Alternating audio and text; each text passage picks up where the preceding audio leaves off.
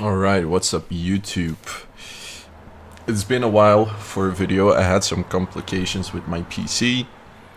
Uh, it hasn't really been resolved. I'm currently running on Linux, and apparently there's been some issues with my frame rate of capturing of the videos. I'm not 100% sure if I fixed it now. I have no idea.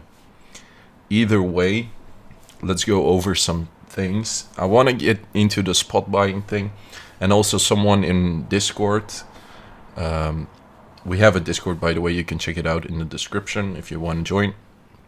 We share our trades, ideas, and we talk about the chart, etc. But someone asked also, why is I think he asked something in the lines of sometimes you say, meaning I'm the one saying, that going more down is more bullish than just going up. And I'll give an example here. And later we'll get into the spot buying. So first of all, if you follow my tweets, you know we sold our spot. So we bought somewhere here and then we sold here. And I said something like, we'll probably see the highs again, and then we're gonna, once we dumped here, we're gonna see the highs again, back to the top. And we caught an insane long from here with like a super tight stop loss all the way to here, or somewhere here, I believe. And then I called for a low again, and I'm calling for new highs again. So these are more time-stamped on my Twitter. I don't think it really matters that much, but let's go into why sometimes going lower is more bullish than just staying high, for example. Okay, no pun intended. Let's say, for example, right here. Actually, let's take this chart. So if we're ranging here, let's say, and we go to the lows again, let's turn on the FEG indicator. If we go to these lows, whatever, and we fill those, that's more bullish because we will have continuation up, especially if we leave FEGs behind, but that's usually the case. But let's say in actuality you keep retesting the highs, which should happen here again because there are some decent imbalances left here and above the high as well. That's more bullish. Why? Because you're ranging, trying to fill all the imbalances above before a continuation down. I want to see if I can find a better sort of example here.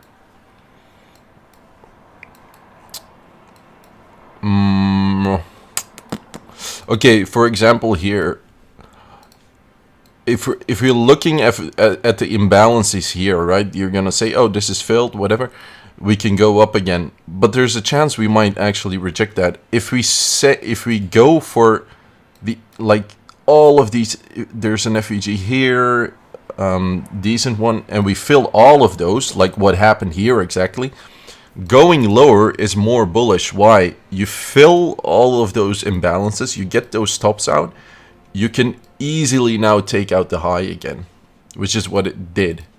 Obviously, it's easy to say in hindsight, but I'm pretty sure I said the same thing when we were back there. I'm very confident. So, about the spot buys now. I think we did like 14 spot buys. I don't do them often, but we pretty much win all of them. And the reason is, it's very simple. If you go for the outside fills, let's say for example here, this is probably not even the best spot buy, honestly.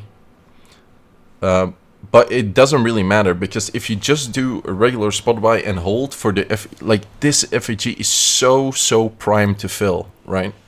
Especially when you had such a long trend upwards for over a year. the chances of that filling again is over 90%, over 95 probably. And if you look at other stuff like the total chart and take that into consideration as well, it's closer to like 98, 99%, which I don't want to get into the total chart right now because that's a whole separate video on how to look at that chart and how to analyze that chart. There's a bunch of things to look at, but it's something important that you can take with you to also analyze in congruency with this. And basically what you do is you just basically sell it here. Let's say, for example, we hit this level somewhere along the lines, and we hold the FEG somewhere here. Like if we wick down heavily, we leave an imbalance here, and it just keeps going down. It leaves that open, something similar to this, for example. And we come here. That's an easy spot buy. That's gonna be almost 100, like I'd say close to 100% really, that you're gonna get that profit in, and that's like a 10K difference. So that's a lot of money you can stack up and just compound. You know, even if you're starting with a couple $100, it's gonna be very, very, very fast, a couple of thousand, or even, I mean, you could get into the tens of thousands, and you compound that, it gets into the six figures pretty fast. Now, what you want to focus on is you could do it blindly, honestly, if you really want to do like brain dead long, whatever. I'd recommend not going full strength on it and just do like maybe half here, and who knows, we go for the fill here and do the other half there. And you don't want to put all of your money in it. Why? Because you do want to get some scalps in between that are ranging, like some here, some here. I'm taking this range, for example. You keep scalping that. There were a ton of scalps in this range that were good, and you can just make some money that way. And you know, with almost 100% guarantee that one day, one time, who knows, we're gonna go back to fill that FEG.